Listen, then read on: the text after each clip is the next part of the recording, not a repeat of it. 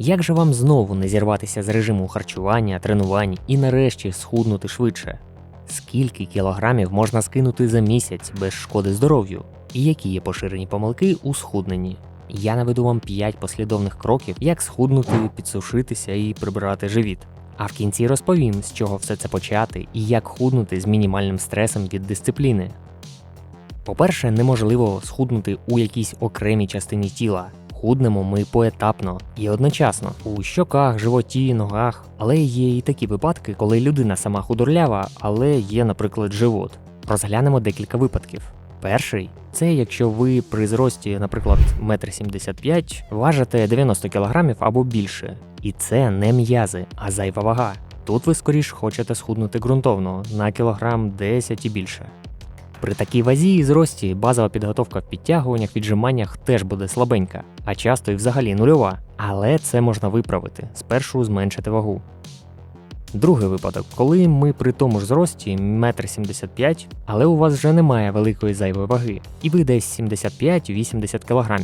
Але усе одно не бачите у дзеркалі пресу і рельєфних м'язів, та є животик, боки трохи звисають. Тоді вам треба підсушитися, тобто зменшити не загальну вагу, а відсоток підшкірного жиру. А далі на так званому чистому харчуванні вже набирати м'язову масу. Отже, які є 5 кроків для схуднення? Перший крок – це завжди раціон харчування. У класичному підході до харчування, звісно, потрібен дефіцит калорій, енергії, щоб худнути. Всі знають, хто хоча б трохи цікавився цією темою, що існує одвічне протистояння двох думок. Хтось вважає, що краще під час схуднення не сильно обмежувати себе у харчуванні, але робити більше фізичних навантажень. Інша категорія людей виступає за те, що основний акцент ставлять виключно на харчуванні, підрахунку калорій, а буцімто вправи – це не так важливо. Але силові тренування нам обов'язково потрібні, щоб тримати м'язи у тонусі і не перетворитися у дуже худорлявого. Якщо змінити тільки харчування і не тренуватися, то результат вам не завжди сподобається. Загалом обидва ці методи будуть працювати, якщо у нас буде дефіцит калорій і плюс-мінус правильний раціон харчування.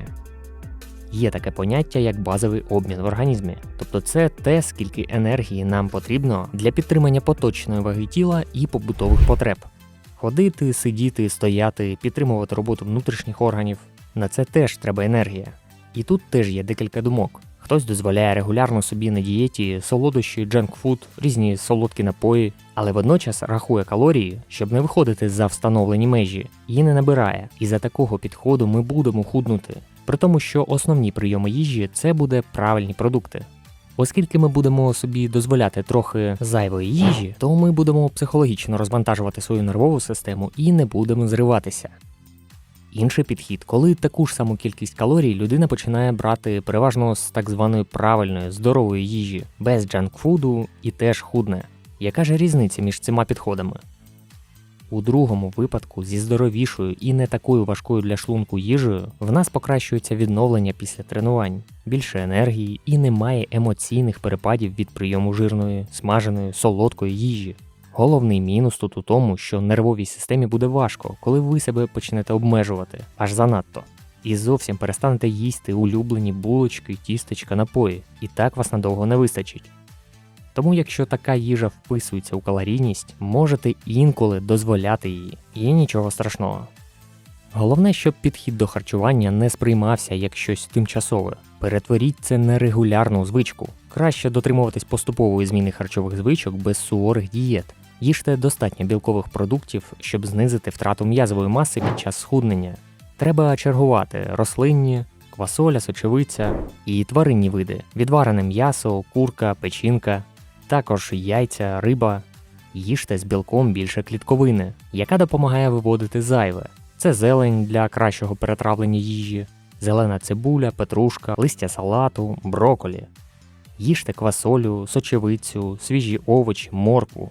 Щодо жирів, у раціоні вони мають бути при схудненні обов'язково, як і достатньо білка. І урізати калорійність краще за рахунок вуглеводів, як повільних – це каші, так і швидких – це фрукти, солодощі, яких треба зменшувати.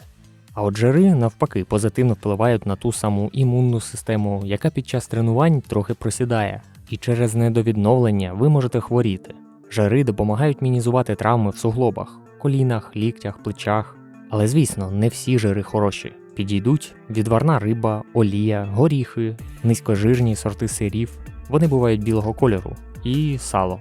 Деякі інші види м'ясного – курка, яловичина. Головне врахувати, що їх не має бути забагато, а потроху на регулярній основі.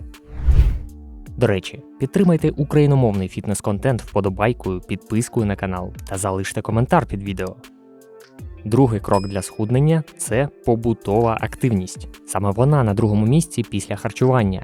І я зараз не про тренування. Адже якщо ми будемо 3-4 дні на тиждень важко тренуватися, приблизно по годині-півтори, а решту часу умовно сидіти на дивані чи на роботі, то виходить, що більший час ми серед дня проводимо без активностей.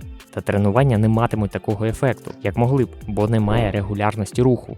Протягом дня перегляньте свою активність. Наприклад, любите позависати перед комп'ютером або телевізором після роботи. Тоді завантажте на телефон улюблене відео або аудіокнигу і вирушайте на прогулянку з навушниками, на вулицю або до спортзалу, на вело чи бігову доріжку. Протягом дня можна кілька зупинок раніше вийти з транспорту і пройтися, піднятися сходами, зробити прибирання у квартирі. Користуйтеся сходами, а не ліфтом. Пройдіться по району. Врешті-решт, таке підвищення побутової щоденної активності потрібне на регулярній основі протягом дня. Чим більше, тим краще. Десь 30-60 додаткових хвилин руху на день – це буде оптимально. Третій крок – це тренування, силові та кардіо.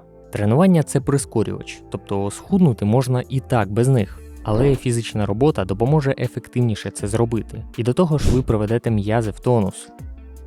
А що буде, коли ми просто їмо в дефіциті енергії та не тренуємось? Скоріш буде схуднення і за рахунок жиру, і за рахунок м'язової маси, яку ми будемо втрачати, якщо ще й білка не доїдаємо. Тому потрібні силові тренування 2-4 рази на тиждень. Це додатково, плюс до збільшення побутової активності, ходьби. А прогулянка – це і буде те саме кардіотренування, як у залі. Пропоную два варіанти.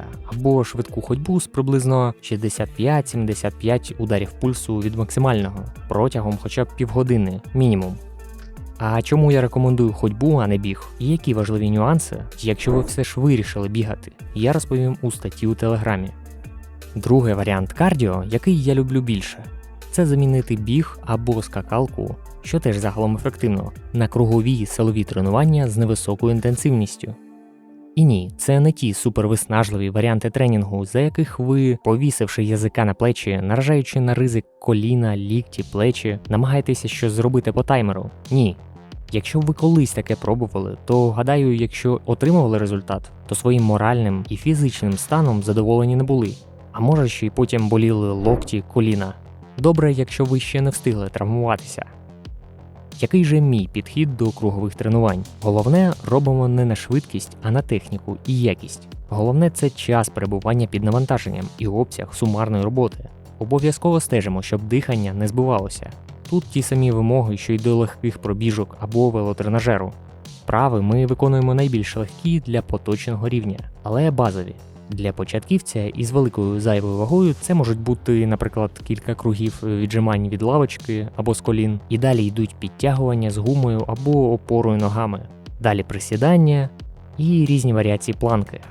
І відповідно, якщо ваш рівень підготовки вищий, а вага вже дозволяє робити ускладнення, то підвищуйте навантаження.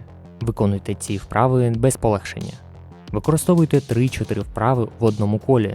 Робіть у легкому темпі, наприклад, роблячи їх протягом 1-2 хвилин по колу на малу кількість повторень, 5-10 разів, щоб це було десь 30-40% від ваших максимумів, і ви не втомлювались. Робіть так, скільки встигнете кругів. Тобто, якщо ви віджимаєтесь від підлоги з колін десь разів 20-25, то разів 10 вам буде достатньо. Якщо не вмієте підтягуватись, а робите тільки австралійські, то підбирайте, наприклад, 4-5 разів. А потім після цього приблизно 90-180 секунд відпочинок, під час якого ми спокійно ходимо. Якщо потрібно більше, то беріть більше. Головне, орієнтуйтесь на дихання, щоб не було задишки. Таких можна 4-7 кругів. До речі, розширену текстову версію цього відео і подкаст з додатковими матеріалами я опублікуватиму в телеграм-каналі. А також, якщо ви хочете обговорити та поставити своє питання з тренувань, з вагою тіла, на турніках, брусах, по схудненню чи набору м'язів, Це можна зробити у телеграм-чаті атлетів. Я також там відповідаю на питання, усі посилання будуть у закріпленому коментарі. Крім так званих кардіонавантажень, ходьби, ще й робимо силові, оскільки вони найбільш енерговитратні, що нам і потрібно. І вони націлені на роботу ваших м'язів. Тобто це вже будуть повноцінні підтягування, віджимання від підлоги на брусах у тій складності, в якій можете. Присідання та інші вправи на ноги, адже вони допомагають домогтися ще й більших витрат калорій. В силових тренуваннях використовуйте вправи за підходами, базові багатосуглобові вправи. Про те, як скласти силове тренування, в мене вже було відео. Четвертий крок для схуднення найприємніший – відпочинок, відновлення. Основне – це, звісно, сон. Його користь складно недооцінити, але легко переоцінити. Тіло відновлюється під час повноцінного сну, краще відбувається обмін речовин і як наслідок спалювання жиру. Наступна складова – це кількість тренувань. Є, звісно, підготовлені хлопці, які звикли робити по 3-4 силових і 3 кардіотренування по кілька годин на тиждень. Вони зі своїм спортивним минулим. І з огляду на графік роботи, навчання, інші моменти, оптимально виконувати, скажімо, 2-4 силові тренування біля 1 години кожна. І легке кардіо в дні відпочинку або в окремий час цього ж дня. Це я про ходьбу. Пам'ятайте, що м'язи ростуть, коли ми відновлюємося. П'ятий крок для схуднення – це ваше бажання схуднути або просушитися. І так зване страшним словом режим, дисципліна. Як же тепер об'єднати всі попередньо озвучені пункти? Яка ймовірність того, що додивившись це відео до кінця, ви нічого не почнете робити? Бо якось складно. Основні зриви з дієт і тренувань під час схуднення або сушки бувають через оманливі очікування, довгострокові цілі і небажання помічати маленькі результати.